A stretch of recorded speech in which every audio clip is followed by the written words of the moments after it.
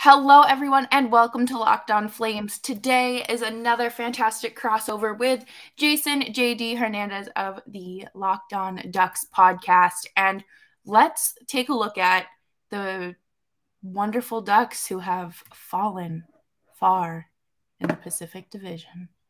Ooh.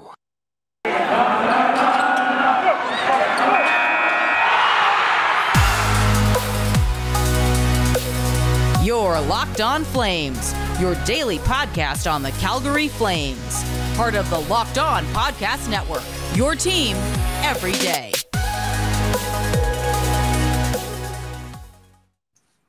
Well, hello, everyone. Thank you so much for tuning into today's episode of Locked On Flames. I'm Jess Belmosto of the Metropolitan Riveters Public Relations team, and I'm joined by Jason JD Hernandez. How are you today? Got my Ducks hat. So I'm gonna make the joke right off the bat. I noticed what you're wearing right now, so I thought I'd make you feel at home a little bit. Well, thank you. I appreciate the Bruins jersey in the background. For those who aren't watching on YouTube, there's the winter 2011 Winter Classic jersey up with the, what year is that Mighty Ducks jersey? That's a 25th anniversary jersey. Which, by the way, they need to go back to that logo. I agree. Yesterday. Because I didn't know that logo was supposed to be a duck's foot. I thought it was like a UFO. I remember we were on FaceTime or something talking about it, and I was like, oh. Yeah, it's a D. It's a webbed foot shaped like a D. I didn't get that out of it, but yeah, come on, cowards. Give the fans what they want. Bring back the Mighty Ducks logo. Bring back the Mighty Ducks logo and bring back Blasty. Or even wear this for a game. The logo from the movie.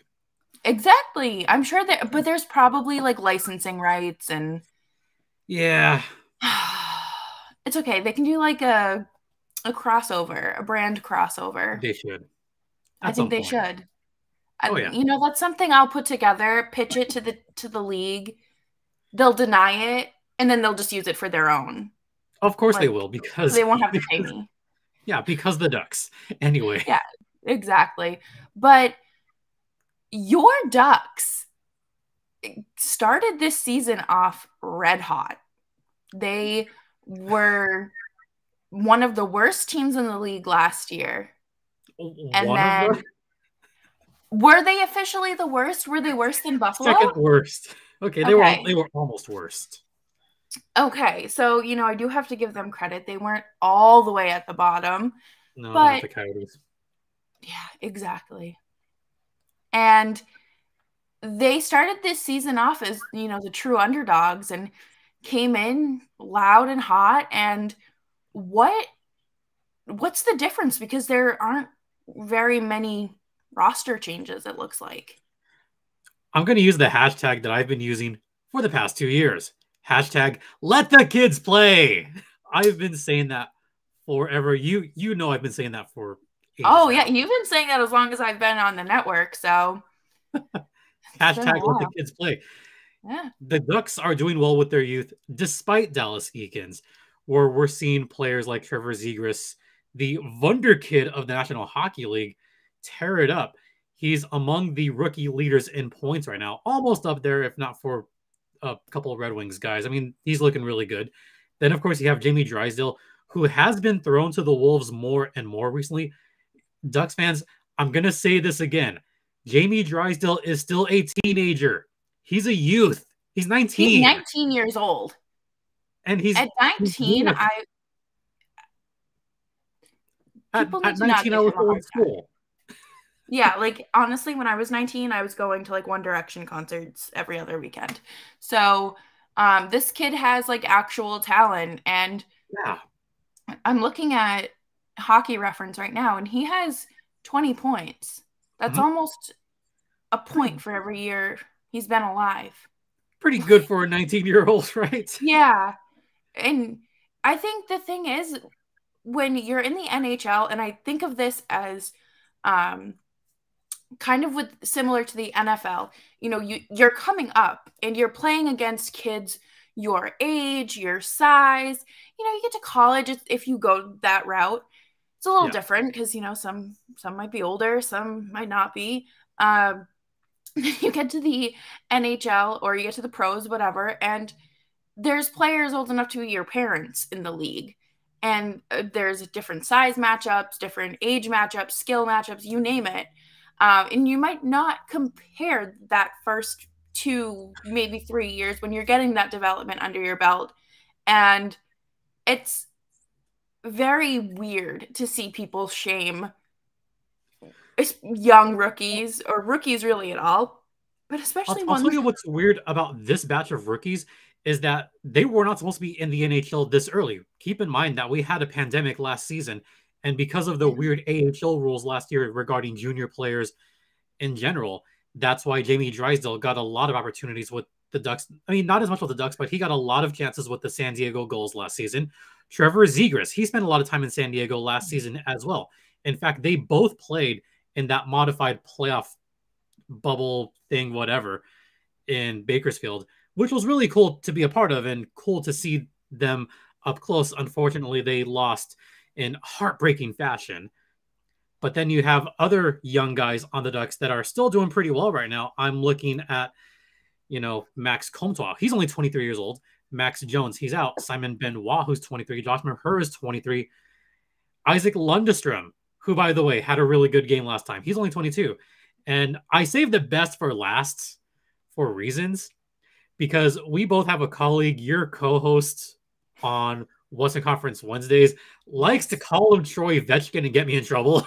I'm starting to embrace the nickname because Troy Terry is becoming that solid scorer.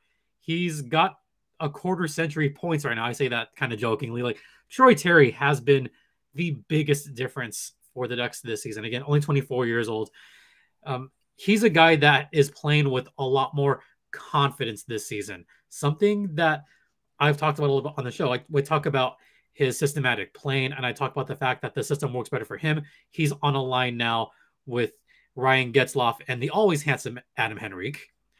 But looking at that line, they complement each other so well. Getzlaf has always been a playmaker kind of guy, and Troy Terry's definitely a finisher. Now that he's looking to shoot more, he's finally found that range. So, Jess, it should be exciting to see Troy Terry, Trevor Zegras against some of these guys in Calgary. I mean, the youth movement is strong. Absolutely. Like, I'm looking at this roster, and I'm so enamored by how young this Ducks team is. Like, Mason McTavish is 19. I know that he was just drafted. What was that, last year? Yeah, and he's in the Olympics right now. So yeah, so like he's not even there. But like, Sonny Milano is 25 years old. I love Sonny.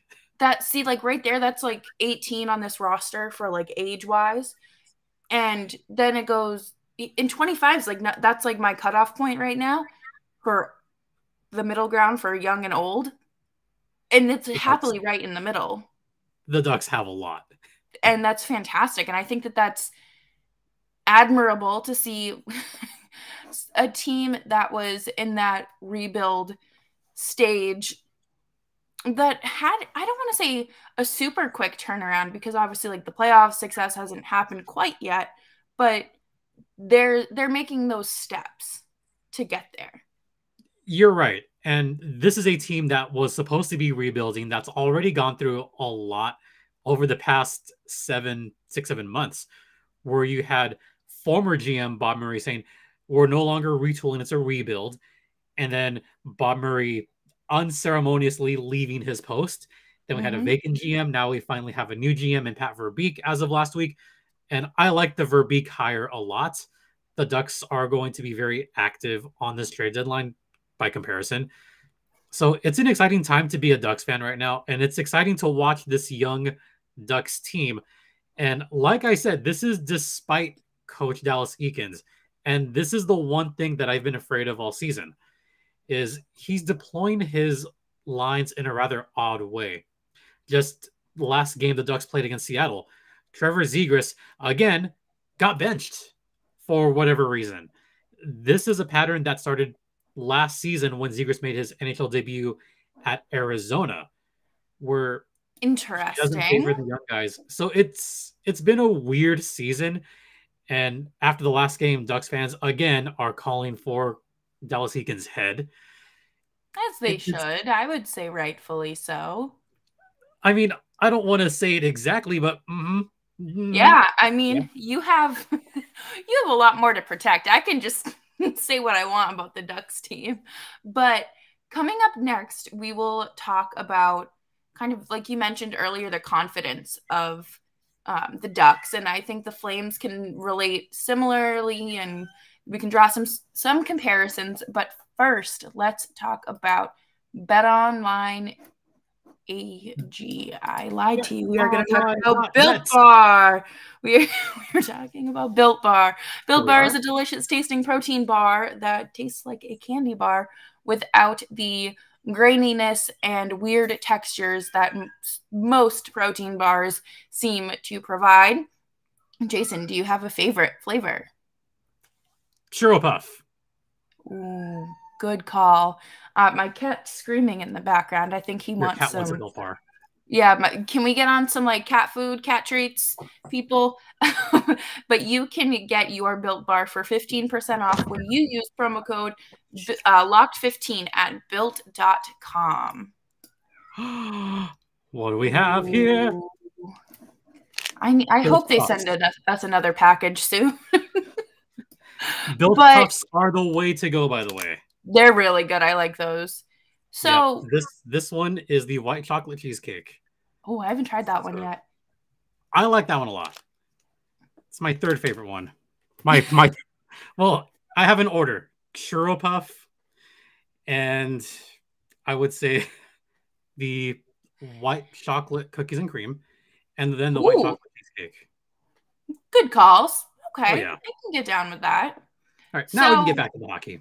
Yes, the less important, because we'll on the national show with Western Conference Wednesday, Sarah and I always talk about the snacking that goes along with sports and, of course, Built Bar. But hi, Sarah. The Flames and Ducks. Now, I wouldn't say they were in super similar situations last year, or the year before. But I do think that the Flames were in that potential transition period where they were heading towards a rebuild. But it was more of a quick retooling, and I don't know how they did it. And that's why I host a podcast, and I don't run a front office. But you mentioned how the Ducks are playing with more confidence. When was their last coaching change? Their last coaching change was 3 seasons ago. So when I first started the podcast, that's when Dallas Eakins happens to come on. And the reason for that was because Bob Murray couldn't coach anymore. You couldn't have Carlisle coach. You couldn't have any of their previous coaches come back. So in comes Dallas Eakins. And the reason Eakins took the job was because of his success with the San Diego Gulls. However, Eakins has coached before with the Edmonton Oilers. It didn't go well at all. So, in comes Eakins. And then what happens that first season? Yep. That second season? And now we're in the third one, and we're kind of at middle ground. But this is the last year of his contract. I don't think he's coming back after this season. I was going to say, I typically give coaches like a 3 to 4.5 year window. Yep. And then, it's truly typically time to move on. But with the recent coaching change in Daryl Sutter, I think that the Flames have finally found someone who is willing to work with them and push them instead of tolerating mediocrity, lazy hockey, and wants to win. He has a winning resume. I don't think that. I mean, the past coaches did, but they were living in that past of only playing certain styles of hockey rather than allowing players to reach their full potential. Ducks fans are familiar with Daryl Sutter, too. They know he's successful. Yeah. 2012 and 2014 led the Kings to 2 cups. Right. Like, this isn't anything new to you guys. No, we know how good Sutter is. We know he can get the best out of his players. Look what he did with that Kings roster. Look what he Exactly. look what he did with Jeff Carts, by the way, who's been doing pretty well. So there's that. There's how he meshed with the young guys at the time. They were young guys. They're still in the Kings, by the way. At the Right. time, you had this young core of Drew Doughty, of Dustin Brown, of Jonathan Quick, of Andrei Kopitar back when they were youths. And now they're all playing in their 1,000th games, which Right. tells me how long I've been following hockey. I mean, I don't. Yeah. I mean, they're older now, but that's what Daryl Sutter did with that core. Right. And I think that, you can look at that LA team and say, okay, well, he shaped them to be successful. He molded them when they were young. And, I don't know how old they were at the time off the top of my head, but I would assume they were probably around the same age as this Flames team.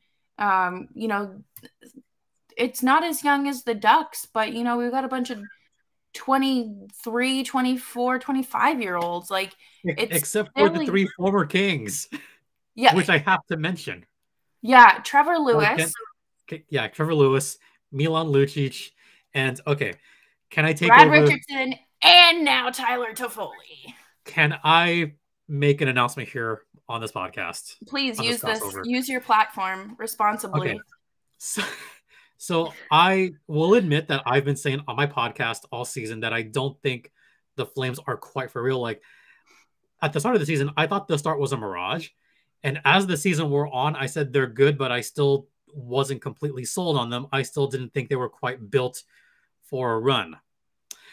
And then they picked up Tyler Toffoli. And the Flames did not give up much to get Tyler Toffoli. I mean, the Montreal Canadiens are trying to collect the Infinity Stones of Pitlicks right now. So I think that they maybe have that's part of it. Almost all of them. I will admit this right now. With that recent trade, with how much Toffoli is going to change that team,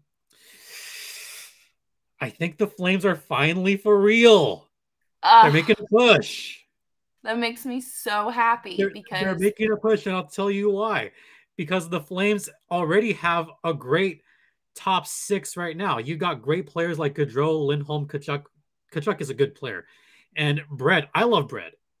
Mangiapane is one of my favorite non-Ducks players in the National Hockey League. The best. He's a great up-and-coming star. I think he will be an all-star in due time, by the way.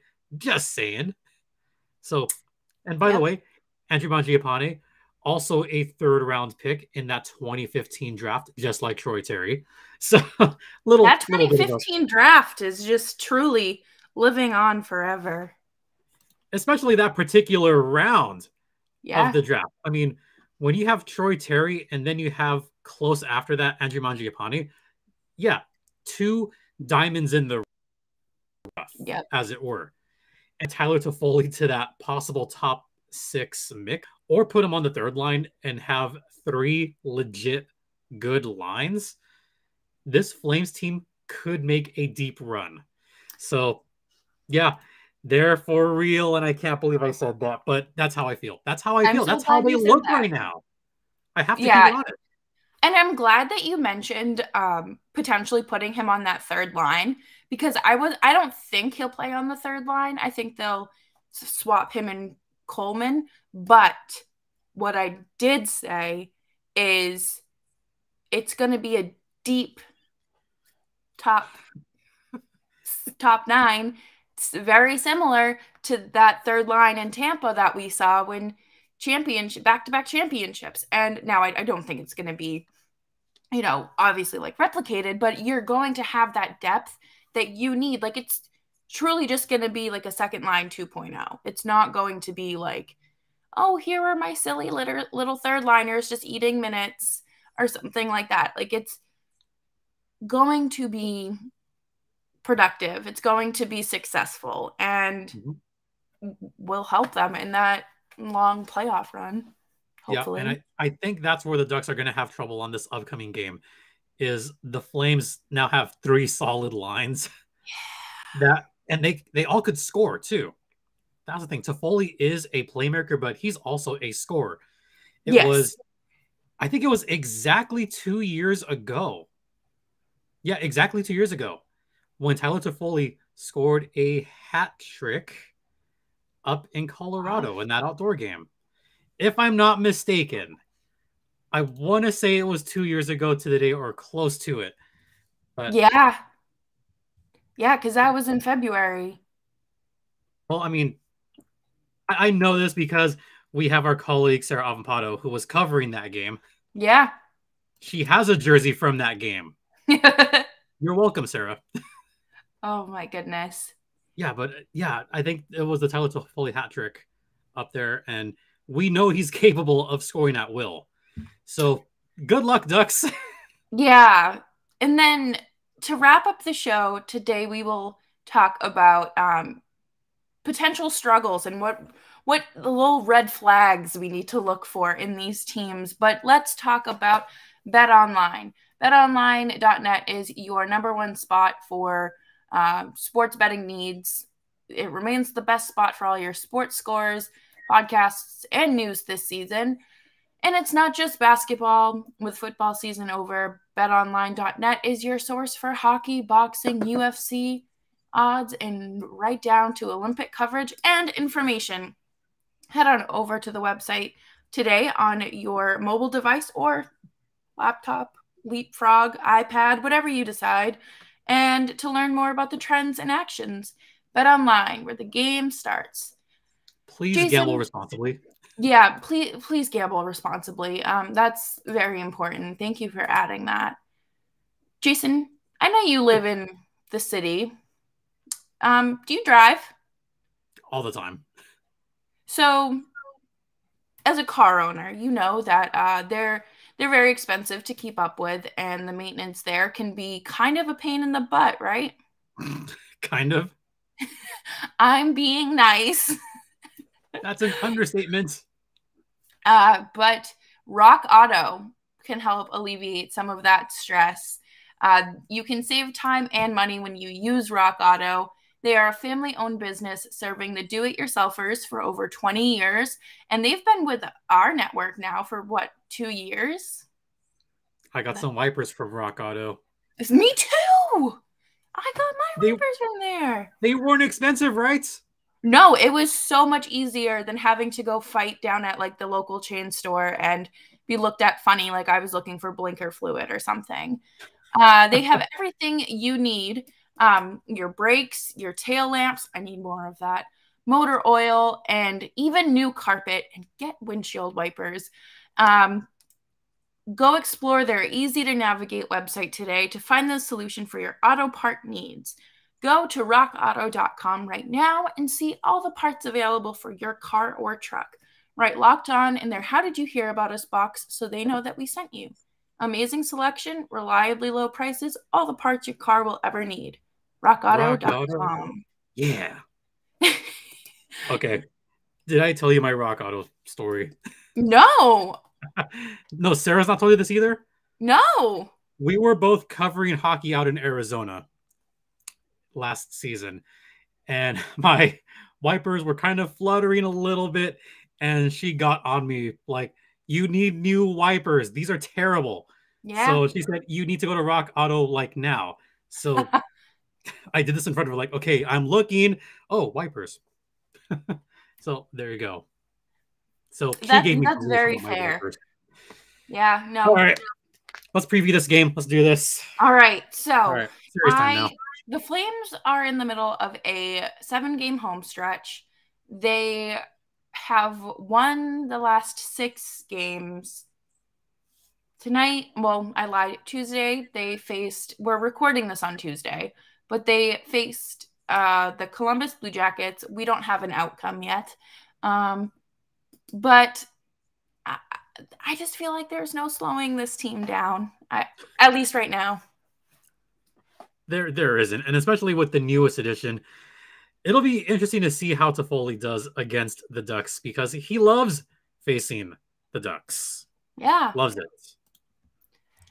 We know this. What is like the biggest red flag of your team right now? Ooh, oh, the biggest red flag. Or a combination of red flags. I mean, would coaching be one? Yeah, Would absolutely. decisions about Mismanaging lines. which happened last game against Seattle, a game they should have won. Yeah. And against Calgary, if Eakins mismanages his lines again, they're going to be toast on this game. So that's going to be the biggest thing, I think, is what's going to happen here. Is Coach Dallas Eakins going to mismanage again? My other big red flag is going to be the third and fourth line and how much they're used. But in general, that third and fourth line has given up some pretty easy goals this season. They've been burned a lot. And I think my other big red flag is going to be the back check. The back check has been something that they've been struggling with, especially late in games. That's how they gave up that goal against Seattle. There was a lack of a back check. They're getting back to those old habits earlier in the season where they just were not functioning well in that aspect. So if the Flames are super aggressive and they're looking to create turnovers, then that's going to be the way to do it. If Calgary wants to win this game, they got to force turnovers on the neutral zone and get in there right away. That could be the Flames' key to success and also the Ducks' undoing. So that's kind of one key for that. And might I just add, by the way, that Tyler Toffoli in his career has 17 points against the Ducks, 8 goals and 9 assists. That kind of ranks up there, but the team that he scored the most against, there's 2 of them, the Canucks and the Oilers. And the other team he scored a lot against, the Calgary Flames. Okay, but But now he's a Flame, so yeah. it doesn't matter. Did you know that he's the first person to wear number 73 in the organization? What? Really? Yeah. I didn't wear that number? No. Get out of here. Say that's not an odd number, but it is an odd number. I need to look this up right now because it's not. That seems. Oh my God, you're right. Wow. Right. Oh, a little bit of history being made on this game. Yeah. So I was very surprised to learn that. I don't know. I expected somebody else in the 40 years of this franchise to wear it at least once. But see, I'm used to this in Anaheim because Anaheim's had at least a couple players wear 73 just recently. Yeah. Andy Walensky wore 73 for the Ducks. And so my thing with the Flames here is that this is the second half of a back-to-back. But the thing that makes no sense about this team is that they kind of, for whatever reason, they play. It's probably because they're in shape and they're not me, but they still play a very strong game, almost stronger than their first half, like their first game in that back-to-back. So I am a little worried, and Dan Vladar is finally starting tonight. This is his first game all season where he's started at the Saddle Dome, so he'll go up against the Blue Jackets. And the last time the Flames played the Blue Jackets, it was ugly. They scored a franchise or shot a franchise high 62 shots on goal. Yeah, it was ugly. But I'm interested to see how this goes. So am I. And conversely for the Ducks, they hadn't played a game since Friday. They've been stewing in that loss to the Kraken for a few days now. So they're hungry. They're hungry. Well, they were tied with a minute left and blew it. They blew that game. So it has been in the back of their minds Friday night, Saturday, Sunday, Monday, Tuesday. Yeah, it has been in the back of their mind. And this starts a 3-game road trip where they're playing the Flames, the Oilers, the Canucks. This was a makeup of the trip that they were supposed to have back in late December. Yeah. And then someone decided. Yeah, someone decided to spread COVID. Don't know whose team that could have been. the panorama happened. Yeah. Hopefully my channel doesn't get flagged because I just said the C word. But you said the C word. You said Calgary. Exactly.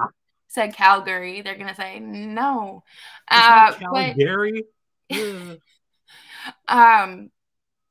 Do you have any score predictions or any sort of prediction heading into the game against the Flames? I'm sorry to do this, Ducks fans, but the Flames are going to be a different looking team with Toffoli.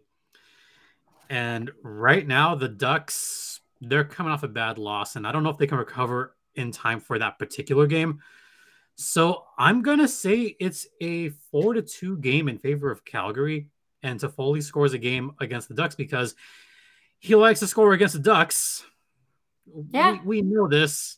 Sorry. And he's hungry. He's hungry. He's been trapped in Montreal all season. Yeah. Yeah, him, poor Dodger. Got to feed those bones to Dodger.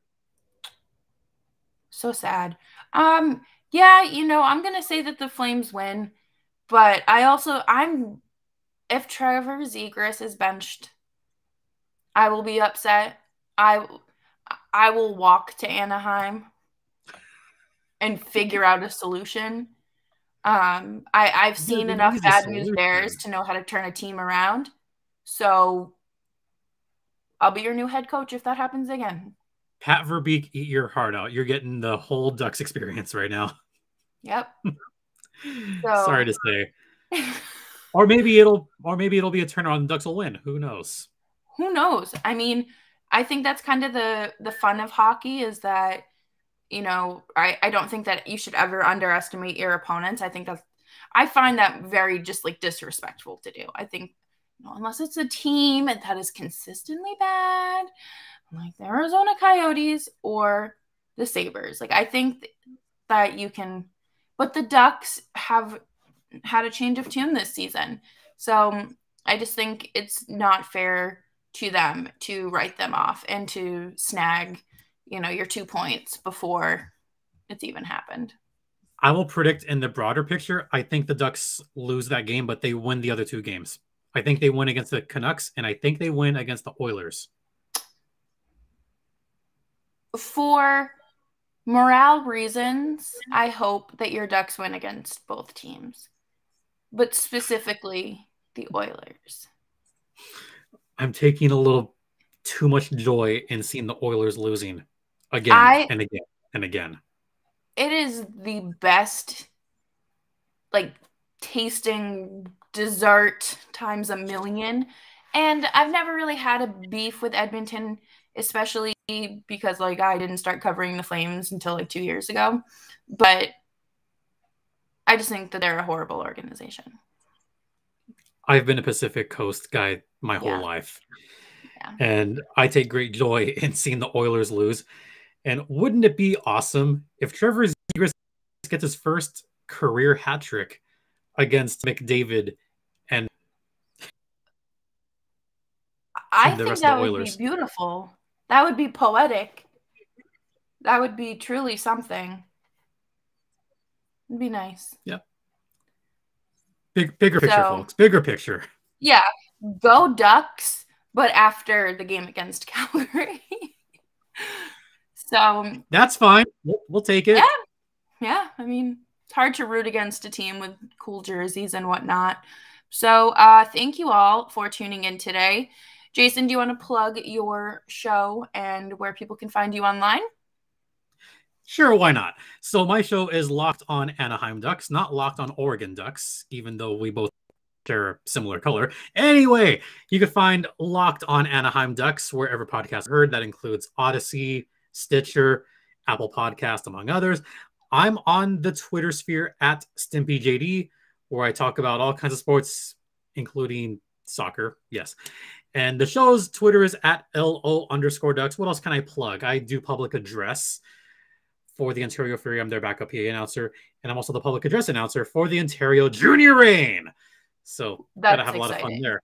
But guys, don't score 15 goals again. My throat is still recovering from that. My God.